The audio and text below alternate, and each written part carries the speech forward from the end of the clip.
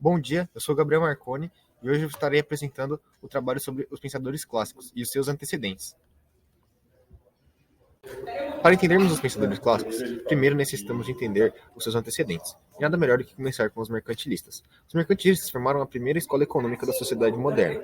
Eles, apesar de não terem uma teoria técnica coesa, foram revolucionários por criarem e disseminarem de maneira intensa conceitos como a balança comercial favoráveis e a intervenção estatal na economia para manter as exportações e o comércio em alta, a acumulação de riqueza por uma nação, a ideia de nacionalismo e a busca por lucros, mesmo que os seus vizinhos se prejudicassem, já que, na visão deles, a riqueza era estanque, ou seja, para que uns ganhem, outros teriam que perder. A primeira reação ao pensamento mercantilista foram os fisiocratas franceses, que defendiam a ideia do liberalismo econômico e de um governo de natureza. Também defendiam o laissez-faire, que, em português, traduz-se como deixe fazer, deixe passar, ou seja, a ideia do liberalismo, ou seja, a não intervenção estatal na economia. Defendiam também o setor da terra, o setor do campo agrário, que, na visão dos fisiocratas, era o único que provia riqueza de verdade. Na sua visão, a única riqueza, a única fonte de produção de riqueza era a terra. Apenas a terra poderia aumentar a economia, poderia produzir riqueza. Adam Smith foi um pensador inglês que viveu durante o século XVIII. Viveu grande parte da sua vida durante a Revolução Industrial Inglesa e viu toda a vida e ascensão da indústria e do capitalismo. As exportações, em sua época, ganhavam cada vez mais importância no cenário econômico deste período, e a economia de mercado estava se desenvolvendo cada vez mais. E devido à grande industrialização, os preços de produtos antes de luxo caíram e se tornaram cada vez mais acessíveis, por conta do processo da deflação. Adam Smith viveu durante o século XVIII e é considerado o precursor do pensamento clássico. Além disso, com a maior disponibilidade de capital, os investimentos de sua época cresceram, e devido ao maior número de fábricas e empresas, o número de empregos subiram drasticamente, e a qualidade dos salários e da vida dos trabalhadores ingleses melhoraram. Foi o primeiro a criar uma teoria econômica completa, analisando o setor econômico de seu país como um todo, da base até as indústrias e as manufaturas, elaborando também uma teoria do valor, coisa que os fisiocratas não tinham elaborado anteriormente, desde a base, além de elaborar a teoria da mão invisível, e ser considerado também o pai do liberalismo econômico clássico. Afirma que os homens agem quase sempre por ganância própria, pelo individualismo. Mas, por mais que todos visem o lucro próprio e a acumulação de bens individuais, o capital era buscado por todos, e assim, por sua vez, o conforto econômico e o bem-estar individual. Porém, como todos agimos de forma igual, o acúmulo de bens é progressivamente aumentado pela sociedade. E como ele é o principal responsável pelo bem-estar social e o conforto, segundo o Smith, todos são beneficiados. Por isso, todos, mesmo que por egoísmo, buscam ganhar mais e mais, agem em prol de um bem maior, guiados por uma mão invisível. Agora, quanto à teoria do liberalismo econômico. Smith foi um defensor ferrenho do liberalismo econômico e também é considerado o criador dessa ideia. Ele pregava a mínima intervenção estatal, o que diferenciava ele dos mercantilistas. Na verdade, ele era um grande crítico dos mercantilistas, assim como os fisiocratas, e a sua diferença para ele se dava apenas na questão do valor, pois tanto para os fisiocratas quanto para Smith, a intervenção do Estado era ruim para a economia. A oferta e demanda, a lei principal que rege o mercado, para Smith, havia lucros e investimentos, e quando determinada a área do lucro seria menor, o capitalista mobilizaria, em teoria, os seus investimentos em outra área. Assim, o Estado jamais deveria interferir nessa autorregulação. Portanto, segundo Smith, o Estado serviria para apenas garantir o direito à propriedade privada, assim como os pensadores anteriores a ele tinham esse mesmo pensamento, como por exemplo John Locke. Em sua obra-prima, Uma Investigação sobre a Verdadeira Causa da Riqueza das Nações, Adam Smith elabora a teoria da mão invisível, que diria que o mercado se autorregula por conta do preço natural, que para Smith era igual ao valor. A principal diferença entre Smith e os fisiocratas, seus precursores, se dá na questão do valor. Smith atribui uma teoria do valor ao trabalho. Para Smith, a teoria tem base em uma relação estabelecendo fundamentos entre relações de troca, aonde o valor é essencialmente dado pelo trabalho. Na teoria de Smith, ele afirma que o real determinante do preço é o trabalho, pois ele é o grande fazedor de bens. As trocas de valores se dão pela quantidade de trabalho empregada nos produtos, e é assim que a base de preços é concebida. A agregação de valor às matérias-primas é feita pelo trabalho. Fatores que facilitam a produção, como tecnologias, ferramentas e até mesmo máquinas que viriam pós-revolução industrial, por isso reduzem o valor do trabalho e são os grandes responsáveis pela democratização do acesso aos produtos e a diminuição dos preços. Na Inglaterra, durante a Revolução Industrial, que antes eram exclusivos à elite.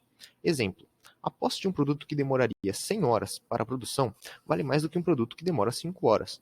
Agora, se este primeiro tem a produção acelerada para 2 horas, seu preço tende a ser menor que o que se manteve em 5 horas. Agora, quanto à divisão do trabalho para Smith. O autor crê que a divisão das etapas produtivas gera uma maior destreza ao trabalhador, que seria uma economia de tempo e a especialização das ferramentas, assim gerando maior produtividade e uma velocidade maior da produção. Ou seja, progressivamente o tempo se torna dinheiro e os funcionários eram cada vez mais explorados.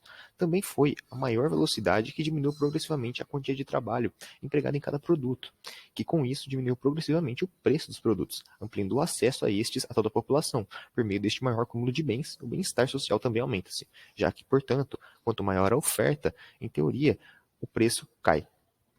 Agora falando sobre David Ricardo, que foi um importantíssimo teórico, que a partir das ideias de Smith e de certa forma do aprimoramento de mesmas, criou modelos econômicos com grande potencial. Filho de um rico, capitalista inglês, que enriqueceu com o mercado financeiro. Ricardo se mostrou ainda mais hábil que seu pai com menos de 30 anos, já havia enriquecido muito. Sua capacidade de criar modelos abstratos para entender o capitalismo era incomparável e se mostrou o mais rigoroso dos teóricos clássicos. Viveu na mesma época turbulenta que Malthus e foi influenciado pela Revolução Francesa. Viveu entre 1772 e 1823. Ricardo foi também muito conhecido por sua ênfase à distribuição e aspectos sociais da distribuição de renda da terra. Ricardo define a renda da terra como a parte do produto da terra que é paga ao seu proprietário pelo seu uso de poderes originais, indestrutíveis pelo solo. Ainda sua teoria partia do fato que existem terras mais férteis e menos férteis. Esta característica é indispensável. O produto líquido, para Ricardo, é a soma de todo o valor excedente criado pelo trabalho, que seria destinado aos lucros ou renda da terra. Sobre a renda da terra e população, toda vez que a população aumenta, o país é obrigatório a recorrer terras de pior qualidade para poder aumentar a oferta de alimentos e a renda de toda a terra mais fértil. Com este ato, podem ser produtivos. Aumenta a distribuição e aspectos sociais da distribuição de renda da terra. Ricardo define a renda da terra como a parte do produto da terra que é paga ao seu proprietário pelo seu uso de poderes originais, indestrutíveis pelo solo. Ainda sua teoria partia do fato que existem terras mais férteis e menos férteis. Esta característica é indispensável. O produto líquido, para Ricardo, é a soma de todo o valor excedente criado pelo trabalho, que seria destinado aos lucros ou renda da terra. Sobre a renda da terra e população, toda vez que a população aumenta, o país é obrigatório a recorrer terras de pior qualidade para poder aumentar a oferta de alimentos e a renda de toda a terra mais fértil. Com este ato, podem ser produtivos. Aumenta. A teoria do valor de trabalho para Ricardo, como já fora mencionado, Ricardo estudava e aprofundava muitas ideias de Smith, e com isso aprofundou a teoria do valor de trabalho. A teoria do valor de trabalho, Ricardo começa seus princípios afirmando que, embora todas as mercadorias que tinham valor tivessem de ter utilidade, caso contrário, não poderia ser colocado no mercado. A utilidade não estabelecia o valor, disse ele.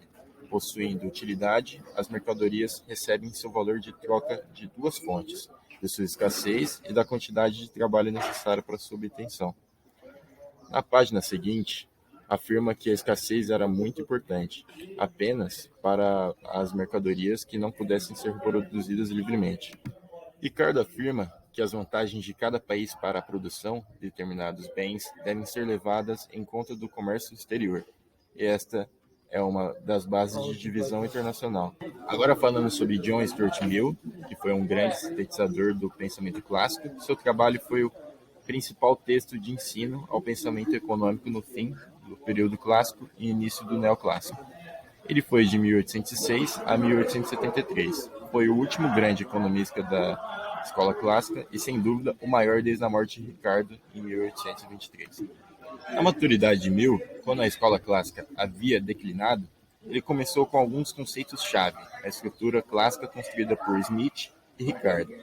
Antes de morrer, a economia neoclássica está finalmente no palco. mostrando seus ancestrais neoclássicos, como o Grande Livro de Mill, os princípios de economia política, que é dividido em 5 grandezas: produção, distribuição, troca, os efeitos do progresso social na produção e distribuição de influência do governo. Ele é publicado pela primeira vez em 1848 e republicado nos Estados Unidos em 1920, o primeiro compêndio na área, pelo menos até a publicação de Princípios da Economia, de Alfred Marshall, em 1890. Mill relacionava o governo com seu livro On the Influence of Government. Mill defendeu o conceito de governo limitado.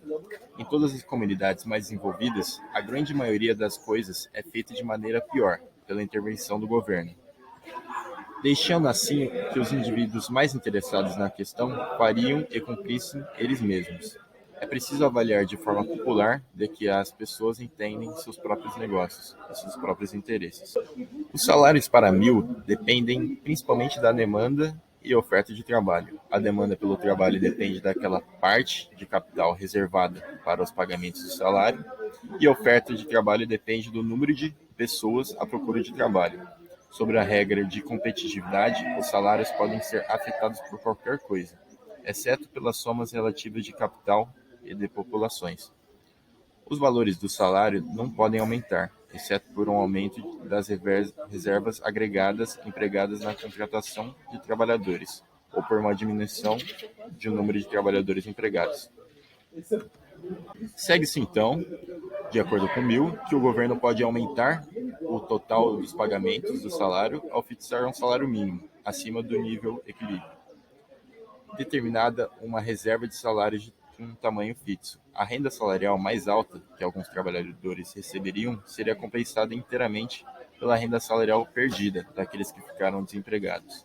Para corrigir essa condição, o governo pode aumentar a reserva de salários ao instituir a economia formada por meio de taxação, usando os rendimentos para superar o desemprego. Agora chegamos em Jean-Baptiste Say, que foi de 1767 a 1832. Foi um francês continental, onde sua principal obra foi o Tratado de Economia Política, publicado em 1803. A carreira de Say foi temporariamente interrompida pela raiva de Napoleão, por sua visão exagerada do laissez-faire. Algum tempo depois da derrota de Napoleão em Waterloo, Say tornou um professor de economia política. A teoria da economia de Jean-Baptiste Say, o autor que leva seu nome, estabeleceu que só podemos consumir se pudermos produzir algo de igual ao valor no trabalho. O conceito funciona estabelecendo a independência social. A oferta cria a própria procura. Concluindo com o aumento da produção, acaba se transformando em uma renda maior a empresários e trabalhadores, que seria gasta na compra de mercadoria e serviços. Say se opôs à teoria do valor de trabalho na escola clássica, substituindo pela oferta e demanda, que, por sua vez, são reguladas pelo custo de produção e da utilidade.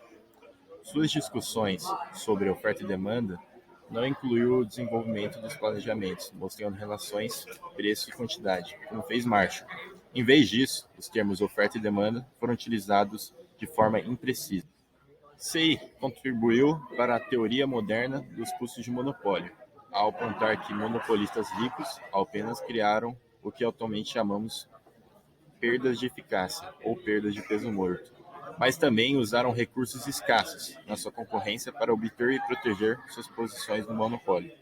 Finalmente, Say contribuiu para o pensamento econômico ao enfatizar o empreendedorismo como o quarto fator da produção, junto com os fatores mais tradicionais: terra, trabalho, capital. Lembre-se de que Cattenom foi o primeiro a utilizar o termo empreendedor. Thomas Malthus foi um clérigo anglicano, economista e matemático que viveu também durante o século XVIII, contemporâneo de David Ricardo. Ele foi o primeiro economista a sistematizar uma teoria geral sobre a população, ao assinalar que o crescimento da população dependia rigidamente da oferta de alimentos. No período em que Malthus vivia, ele não considerava o desenvolvimento tecnológico gerado pela população. Porém, a produção de alimentos, neste momento, estava crescendo de maneira aritmética, enquanto a população crescia de maneira geométrica, ou seja, multiplicativa. Portanto, a teoria malthusiana dizia, em suma, que, após as duas linhas se encontrarem, uma crescendo de maneira geométrica e a outra aritmética, ocorreria um ponto de colapso, ou seja, uma crise onde a população não conseguiria ser alimentada por total, por conta da diferença entre a produção de alimentos e a diferença da produção de pessoas, já que uma cresce de maneira geométrica e a outra de maneira aritmética. E o colapso para Malthus, neste momento histórico, era iminente, dada a revolução industrial que estava ocorrendo naquele momento.